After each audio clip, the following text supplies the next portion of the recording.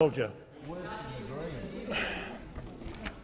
Thank you, Mr President. My question is to the Assistant Minister for Social Services, Senator Fifield. Can the Minister advise the Senate what improvements the government has made to the operating approach of the National Disability Insurance Scheme since coming to office? The Assistant Minister for Social Services, Senator Fifield. Thanks, Mr President, and thank you, Senator Sheshulya, for your question. Mr President, it'd be fair to say when I came into the role in relation to the NDIS that there was a bit of work to do. The NDIS wasn't in a state of administrative nirvana. Firstly, the name Disability Care Australia was one that people with disability found patronising. They didn't want to be objects of care, so we changed the name back to the NDIS.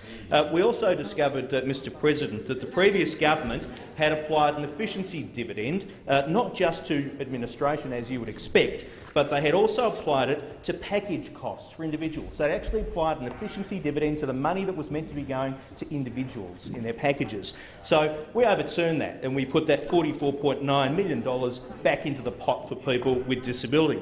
Mr President, we commissioned a capability review of the NDIS agency that found that the agency was like a plane that was being built in mid-air.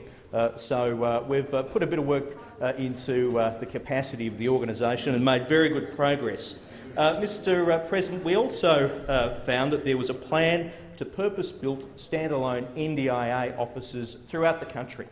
Now, I put my head together with my good friend Senator Payne, and we thought, well, the Department of Human Services has a big property footprint, so why don't we, where it makes sense, co-locate with the Department of Human Services? In many cases, Senator Payne will be my landlord, and Senator Payne, I will be a good tenant.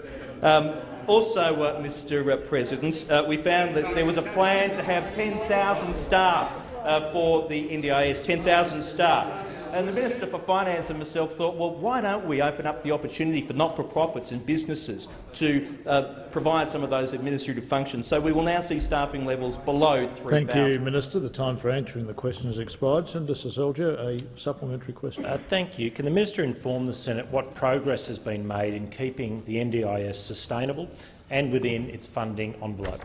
Minister. Thanks, Mr President. As I was concluding there, we will have staffing levels below 3,000 rather than about 10,000.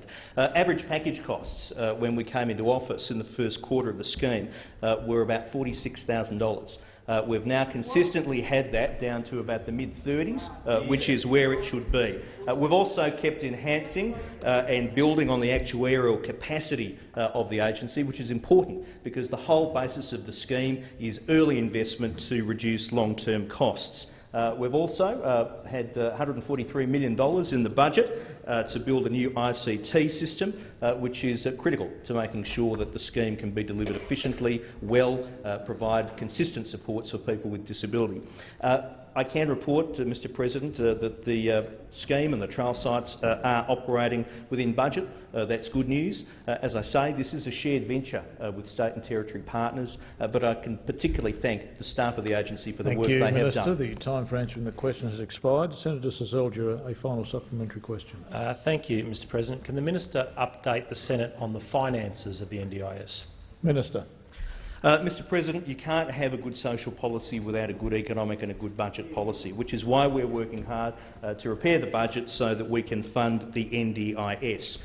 The Australian Labor Party continue to contend that they fully funded the scheme. And just to recap, Mr President, it will be a $22 billion scheme, $10 billion from the states, $3 billion of Commonwealth money that would have been spent anyway in the absence of the NDIS, and a further $9 billion of new Commonwealth investment.